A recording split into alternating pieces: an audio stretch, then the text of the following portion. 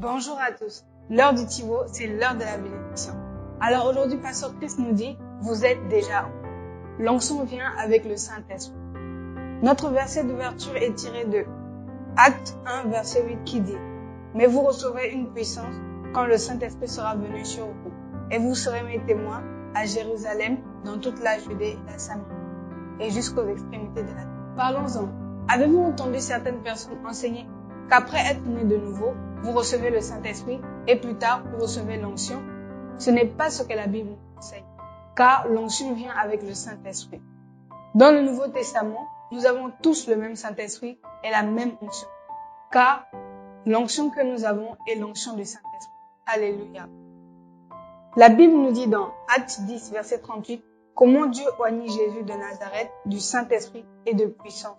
C'est le même Saint-Esprit et la même puissance que Jésus avait et dont nous avons parlé dans le verset d'ouverture, que nous avons également aujourd'hui.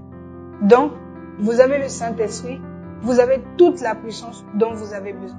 Vous avez déjà été oint. Alléluia. Amen. Luc 1, verset 35 nous fait entrer dans le dialogue entre l'ange Gabriel et Marie. L'ange dit à Marie, l'Esprit Saint viendra sur toi et la puissance du Très-Haut te couvrira de son cou. Certains ont lu ceci et sont partis avec l'idée que l'Esprit vient d'abord en vous, puis que sa puissance ou son onction vient ensuite. Et ils ont tort. Les deux expressions pointent vers la même chose. Le pouvoir du Très-Haut qui la recouvre est le résultat de la venue du Saint-Esprit sur elle. Dans l'Ancien Testament, il est venu sur eux. Dans le Nouveau Testament, il vit en nous. Alléluia.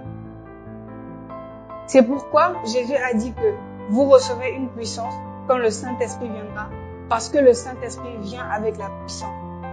Il est la puissance de Dieu. Avec le Saint-Esprit, vous ne manquez d'aucune puissance ou capacité. Il est votre capacité. Il est tout ce dont vous avez besoin et il est ce dont vous avez besoin pour accomplir le dessein de Dieu, pour marcher dans sa volonté parfaite. Amen. Le Thibaut d'aujourd'hui est très clair. Pasteur Chris nous explique que le Saint-Esprit vient avec la puissance. Ce n'est pas que le Saint-Esprit vient, ensuite la puissance vient, parce que le Saint-Esprit est la puissance. Alléluia. Amen. Vous pouvez aller plus loin en lisant Michée 3, verset 8, Colossiens 1, du verset 26 au verset 27. Maintenant, je vous invite à faire cette prière après moi. Répétez après moi.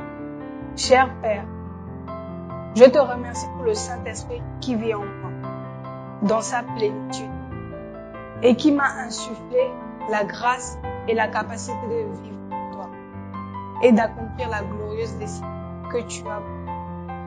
Je suis revigoré par la force, la capacité, le pouvoir et l'excellence, et la sagesse pour transformer mon monde aujourd'hui, au nom de Jésus. Amen.